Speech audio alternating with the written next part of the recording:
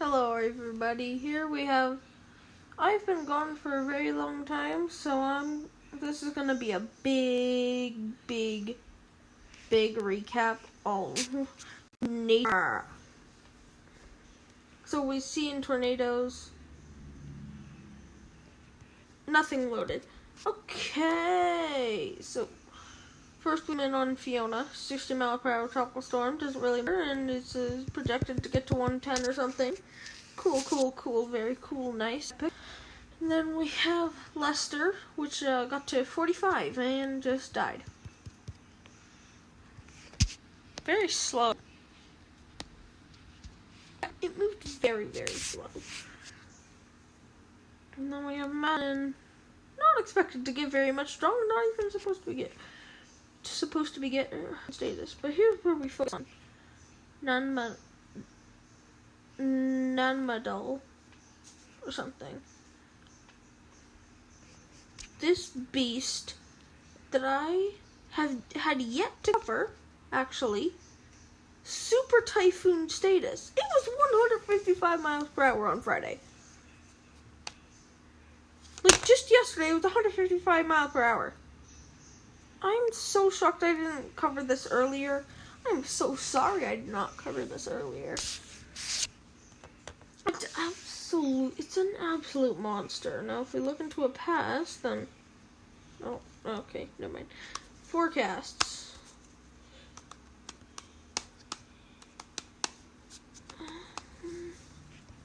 If we look here...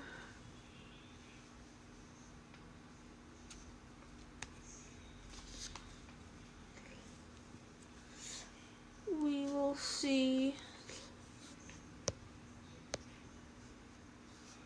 that thing.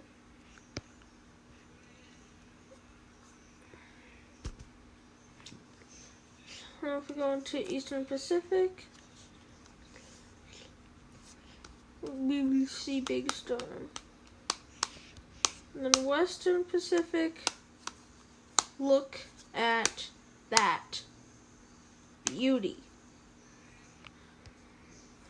Oh, look at that. It's a beaut. It is truly a beaut.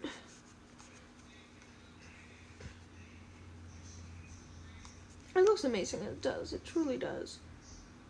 Look, it's just like a black hole on every single map. And then whatever the US one looks like. Yeah, just wind speeds around the US. Doesn't really matter.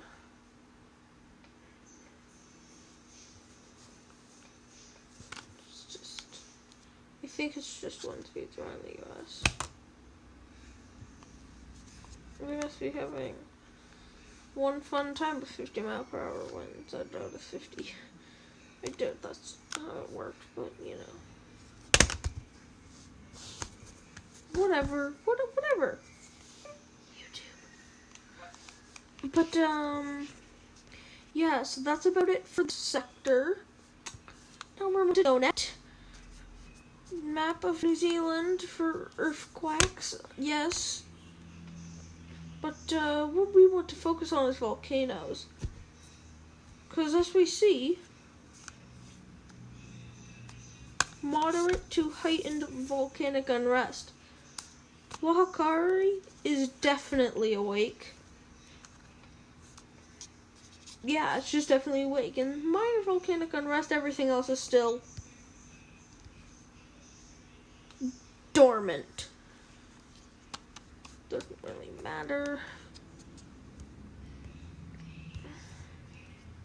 If you live in New Zealand, then this is the perfect thing to report quakes that you felt.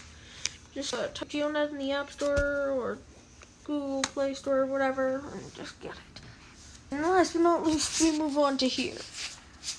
What an interesting piece we have for you today. 7 hours ago, we had a 6.5 in Taiwan. Look at the spot. Look at where it was. Do you know how close this is to being inland? Look at that. Look at that epicenter. It's directly right there. And there's no reports, probably because the whole city's destroyed. I mean, just have like a 5 right there and not have any damages. Okay, yeah, no, this one was right inland. Yeah, no, that one happened directly inland. There was also another 5.7 after this 5.5, but it's not on here. Weird. It's very funky. But, still haven't covered it all. 7.0 loyalty islands. I've been marking down earthquakes recently on the biggest ones that I've seen since I started tracking them in November of 2021. And this Eastern New Guinea, this is the biggest one I have ever seen in my life. Biggest one. 4 days. Just 4 measly days before that 7.0. So we got so many. It was so destructive for the surrounding areas. As you can see, light damages in Goroka. That small place on that lake has damages.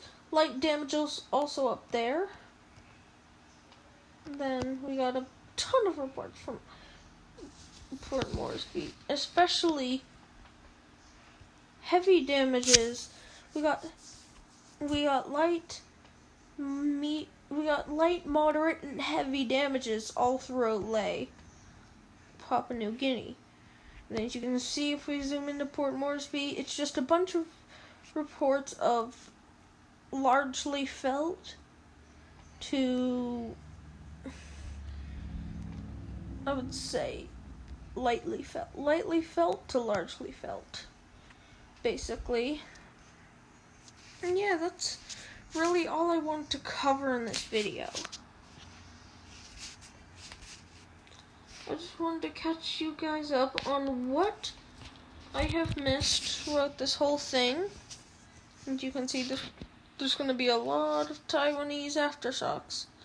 As you look here, you've already seen 3. 4, 5, 6, 7. No, wait. Oh, wait. It might have been downgraded. Okay.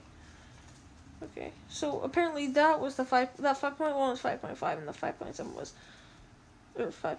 Yeah, whatever. You get it, right? Maybe, kind of, probably not, but whatever. Yeah, I guess that's it. That's about it for this.